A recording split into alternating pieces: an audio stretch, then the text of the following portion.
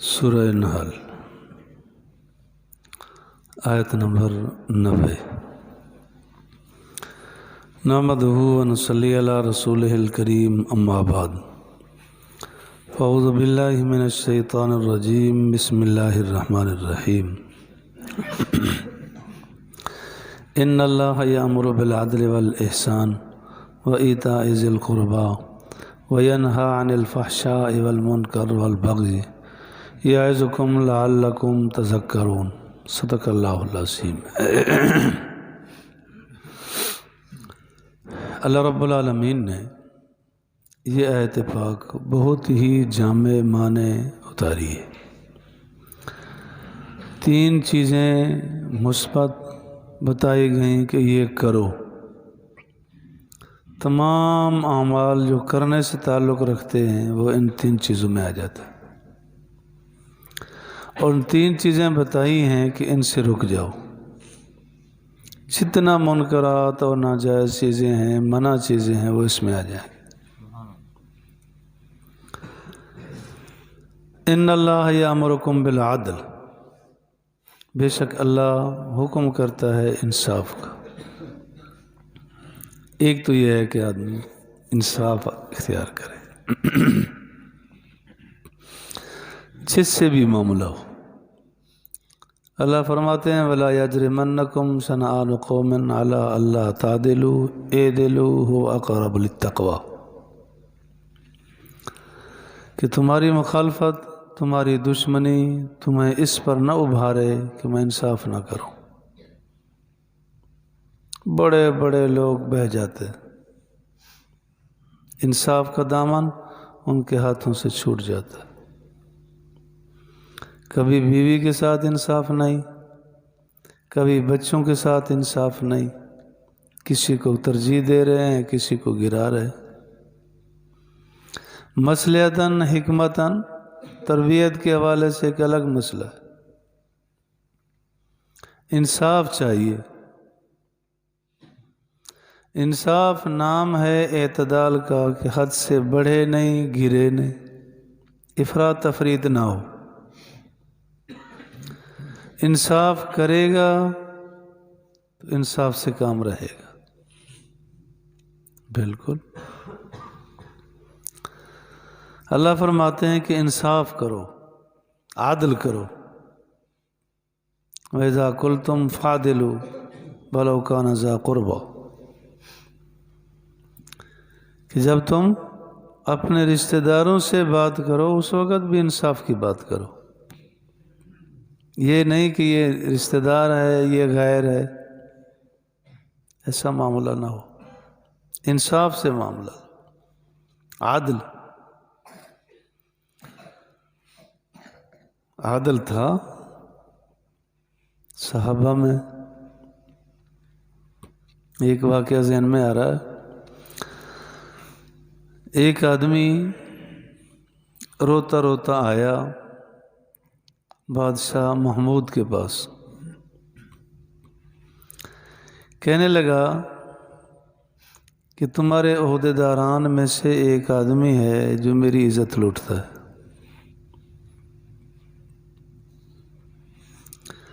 اس کا واقعہ بھی اس طرح پیش آیا کہ وہ پہنچا کیسے۔ وہ آیا، محل کے قریب ایک چھوٹی مسجد تھی، اس میں آ بیٹھا، رویا۔ محمود بادشاہ کہتے ہیں کہ میری آنکھ کھل گئی۔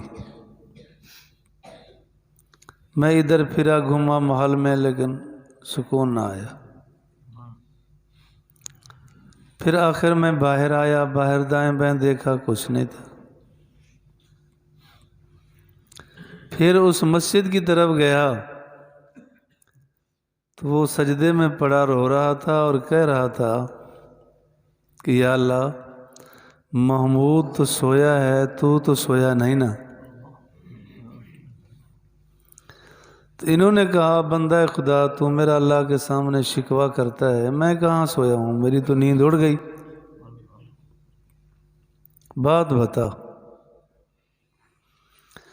اس نے کہا کہ جی ایسے مسئلہ ہے۔ اس کو لے آئے، جو دربان کھڑے تھے دروازے پر، کہا اس کی شکل دیکھ لو، یہ دن کو آئے رات کو آئے جس وقت آئے اسے پوچھنا کچھ نہیں، براہ راست مجھے ملا دو۔ 3 راتیں گزر گئیں، تیسری رات تھی تو وہ آیا اور انہوں نے فوراً ملاقات کرا دی۔ تو انہوں نے کہا کہ ابھی وہ درندہ گھر میں ہوگا؟ انہوں نے کہا جی ادھر ہی ہے۔ اب یہ ساتھ چلے اور بتایا کہ وہ سامنے، تو بادشاہ نے پہلے حملے میں ہی اس کی گردن اڑا دی۔ تو وہاں پھر 2 رکعت نفل پڑھے اور اس کے بعد اس سے کہا کہ دیکھو جب تو کہہ کے آیا تھا نا، اس وقت سے میں نے ابھی تک کچھ نہیں کھایا۔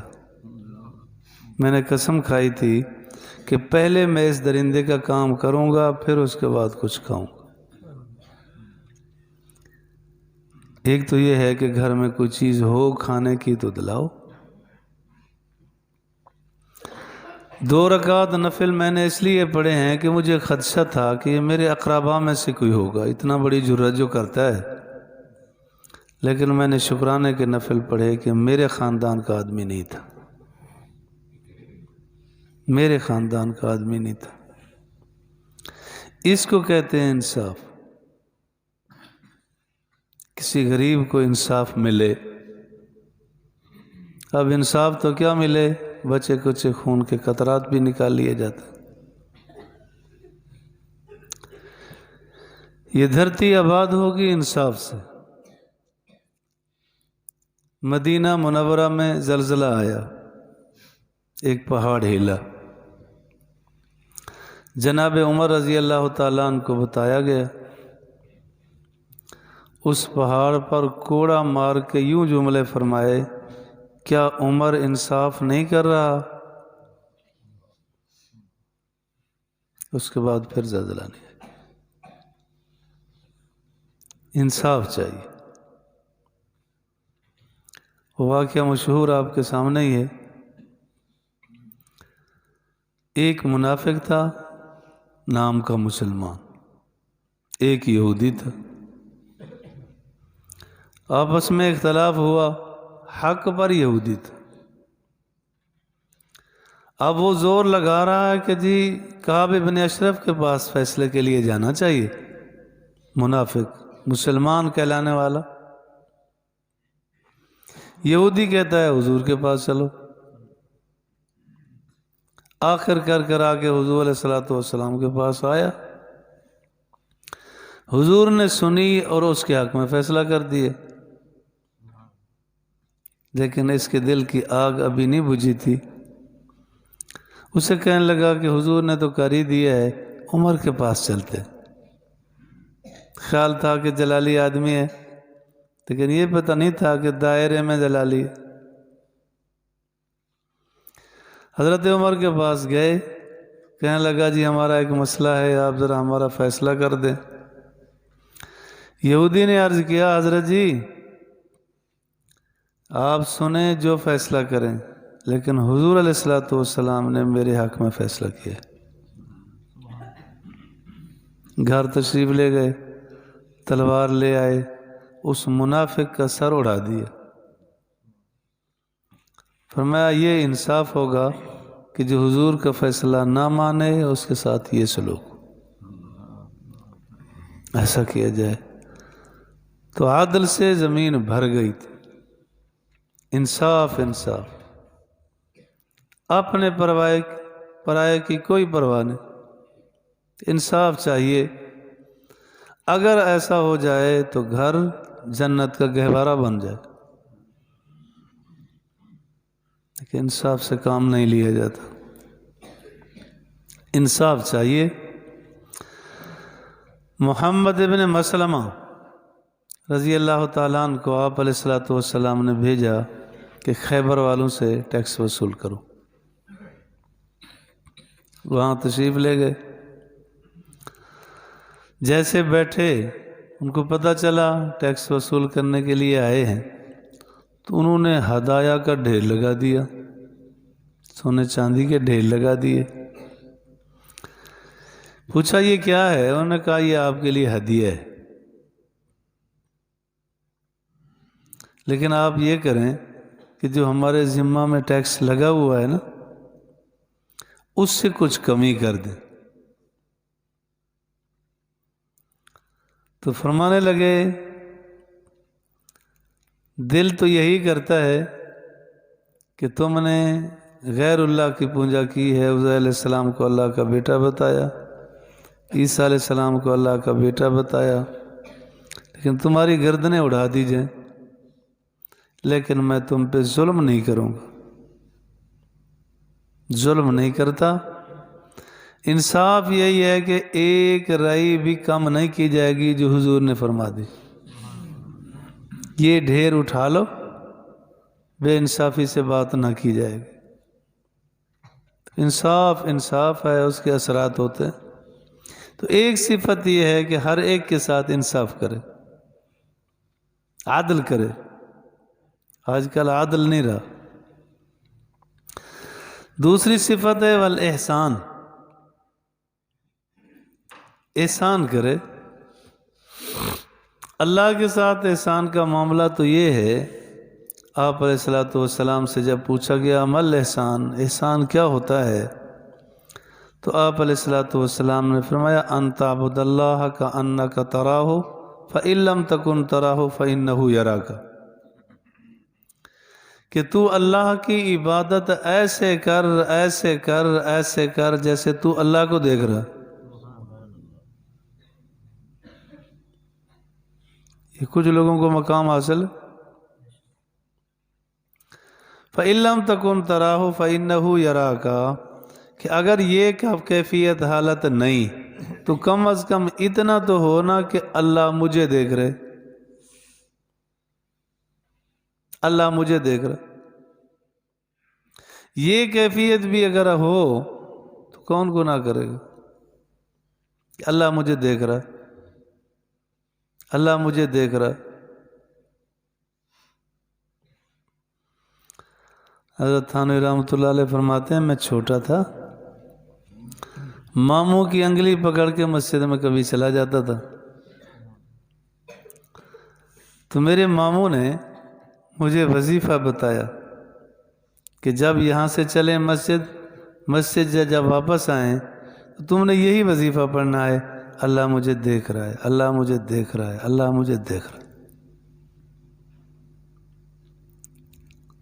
اگر یہ کیفیت پیدا ہو جائے ہر جگہ،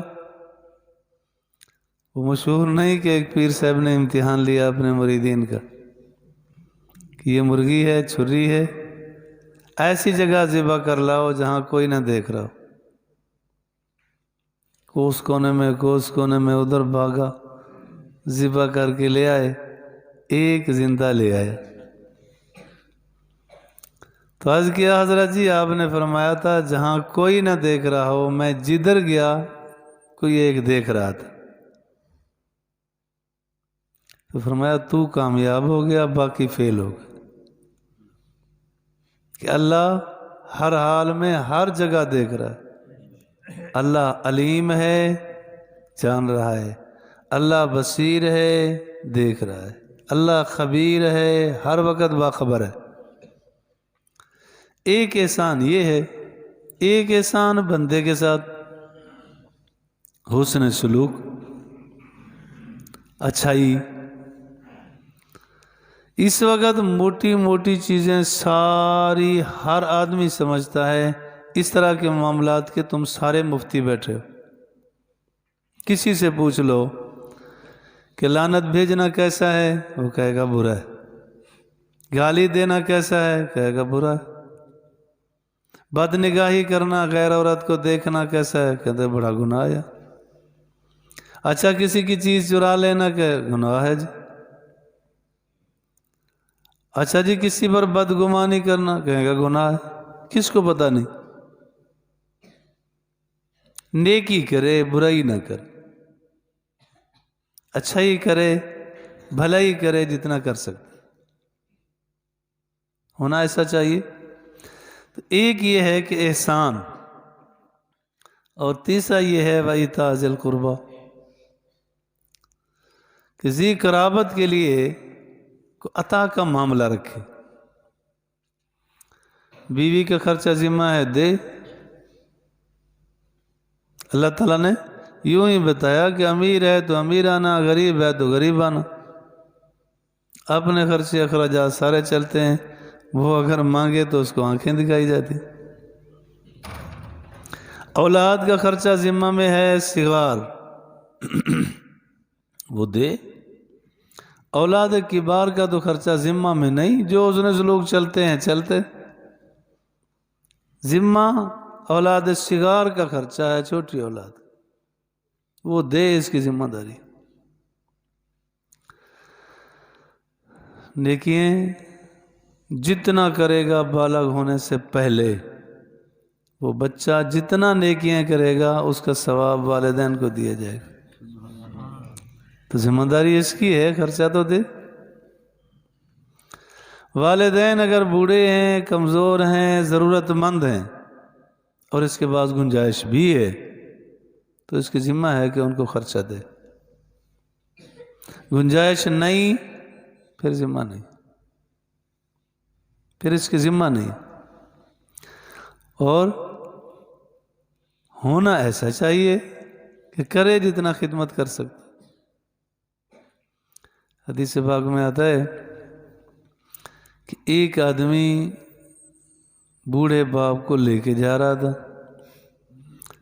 حضور علیہ السلام نے فرمایا مما کا، یہ تمہارے ساتھ کون ہے؟ انہوں نے کہا جی یہ میرا باپ ہے۔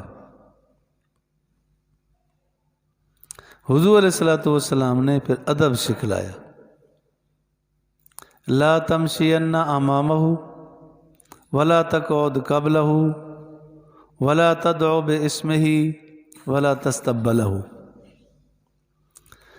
فرمایا جوان، اگر چلنے کا موقع ہے تو آگے نہ چلنا، ولا تقعد قبلہ، بیٹھنے کا موقع ہے تو پہلے نہ بیٹھ جانا، ولا تدعو باسمہ، نام لے کے بھی نہ بلانا۔ آداب القاب سے ابا جی، اور آداب القاب سے، اور فرمایا ولا تستقبلہ، گالی نہ دینا۔ عرض کیا اللہ کے رسول، اپنے باپ کو گالی کون دیتا ہے؟ حضور نے فرمایا کسی کو دو گے وہ تمہارے باپ کو دے گا، تو سبب تم ہی بنے۔ ایک مقام پہ اللہ فرماتے ہیں وَلَا تَسُبُّوا الَّذِينَ يَدْعُونَ مِن دُونِ اللَّهِ فَيَسُبُّوا اللَّهَ عَدْوًا بِغَيْرِ علم۔ معبودان باطلہ کو، جھوٹے خداؤں کو تم گالیاں دو گے، وہ تمہارے سچے خدا کو گالی دے۔ یعنی گالی دینا اچھا فعل نہیں، یہ انداز اچھا نہیں۔ ویسے بھی گالی دینا گناہ ہے، سباب المسلم فسوق۔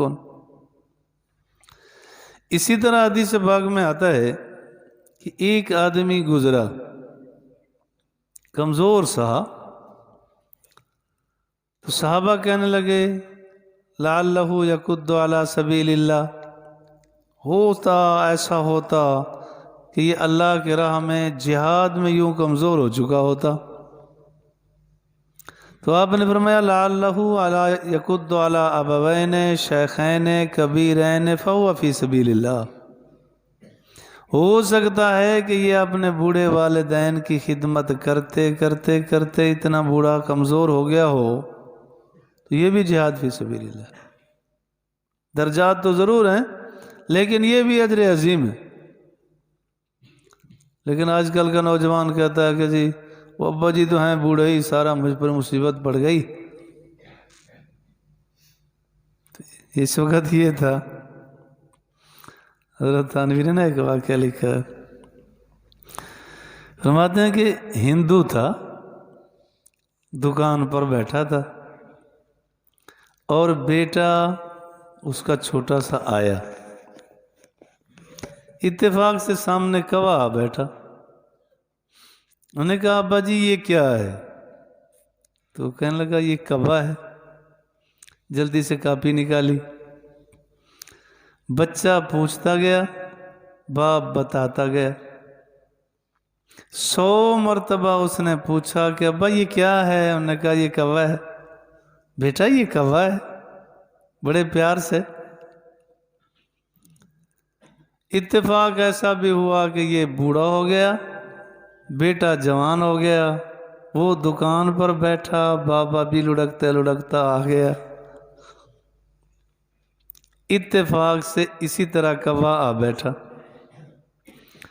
تو اس نے کہا بیٹا یہ کیا ہے؟ انہوں نے کہا جی کعبہ ہے۔ تھوڑی دیر کے بعد پھر پوچھا کہ یہ کیا ہے؟ ذرا ترش لہجے سے کہا یہ کعبہ ہے۔ تیسری بار پھر اس نے پوچھا، بڑے غصے آمیز انداز میں کہا یہ کعبہ ہے، تیرا دماغ خراب ہے؟ آنکھوں میں پانی آ گیا۔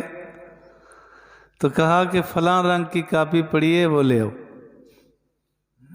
وہ لائی گئی تو تاریخ لکھی تھی۔ کہنے لگا یہ دیکھو، یہ تاریخ بھی لکھی ہوئی ہے، آپ آئے مجھ سے پوچھا، میں نے تو 100 مرتبہ بیٹا بیٹا کہہ کے جواب دیا، اور تیسری مرتبہ پہ تو نے مجھے پاگل کہہ دیا۔ آج سلوک یہی ہو رہا ہے، والدین کے ساتھ یہی سلوک ہوتا، احسان والا سلوک نہیں ہوتا۔ وَقَضَىٰ رَبُّكَ أَلَّا تَعْبُدُوا إِلَّا إِيَّاهُ وَبِالْوَالِدَيْنِ إِحْسَانًا، اللہ فرماتے ہیں احسان کرو، والدین کے ساتھ اچھا سلوک کرو۔ حضرت احمد علی لاہوری رحمۃ اللہ علیہ فرماتے تھے کہ باپ نے کوئی بات کہی اور بیٹے کے مزاج کے موافق تھی، اس نے کر دیا، یہ کوئی فرما برداری نہیں ہے۔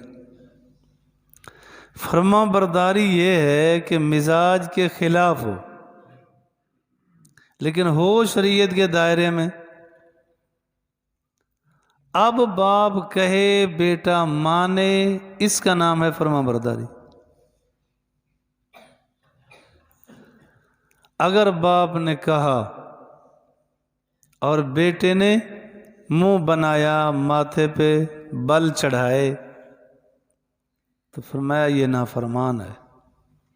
سیدہ عائشہ رضی اللہ عنہا کی روایت میں بھی آتا ہے من حد الطرف الی والدہ فلم یبر والدہ، کہ جس نے والدین کی طرف ترچھی نگاہ دیکھی، جس طرح ہم کہتے ہیں نا کانی آنکھیں دیکھی، تو فرمایا یہ وہ فرما بردار نہیں ہے، یہ نافرمان ہے۔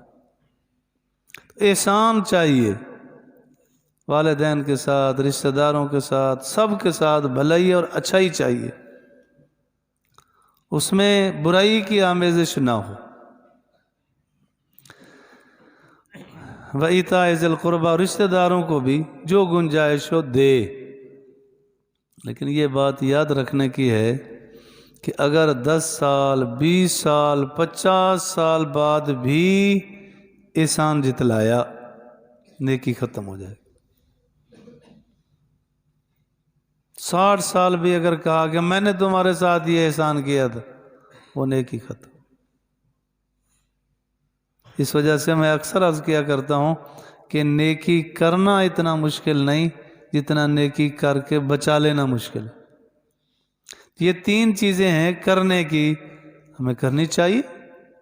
اللہ مجھے اور آپ کو کامل دین پر چلنے کی توفیق بخشے اور فہم قرآن فہم حدیث نصیب۔